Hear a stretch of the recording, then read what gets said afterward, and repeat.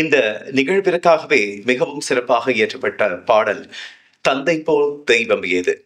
அந்த பாடல் வரிகளை நமக்கு அளித்த கவிஞர் பனசை நடராஜன் அவர்களை இப்பொழுது அன்போடு மேடைக்கு அழைக்கின்றோம்.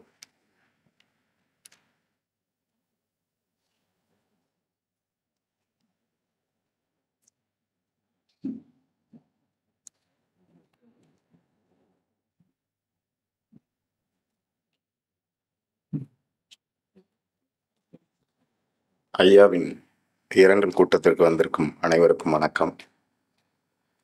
எனக்கு அவங்களோட இது வரைக்கும் பழக்கம் இல்லை. ஒரே ஒரு முறை சரவணா ஸ்டோரில் பார்த்ததா நினைவு.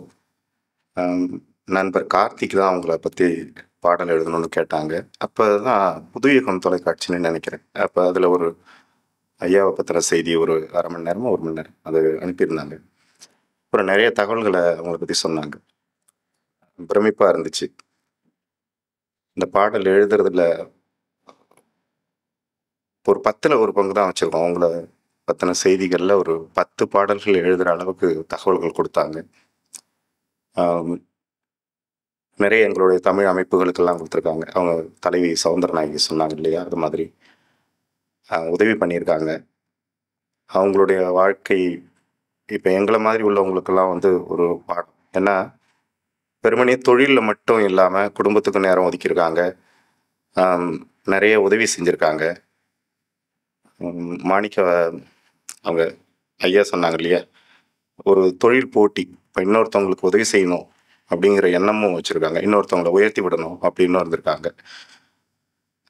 இந்த பாடல் எழுதும்போது நிறைய வரிகள் என்னால் உள்ளே வைக்க முடியாமல் போச்சு. ஏன்னா எனக்கு பிடித்த வரிகள்லாம் கூட அந்த நீளம் கருதி அதை அவங்களுக்கு அஞ்சலியாக நான் அதை சொல்லணும்னு நினைக்கிறேன்.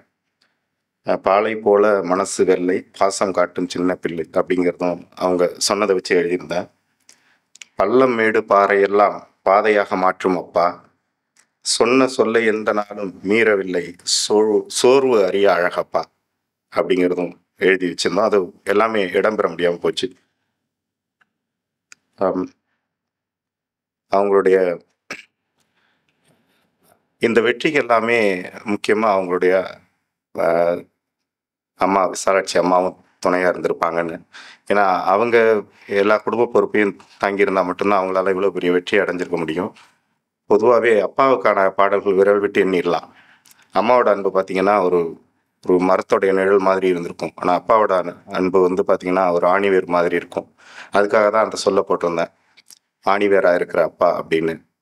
அவங்க என்னைக்கும் ஆணிவேராக இருந்து அவங்களுடைய குடும்பத்தாருக்கு ஆசீர்வாதம் கொடுப்பாங்கன்னு கேட்டுட்டு நன்றி, வணக்கம்.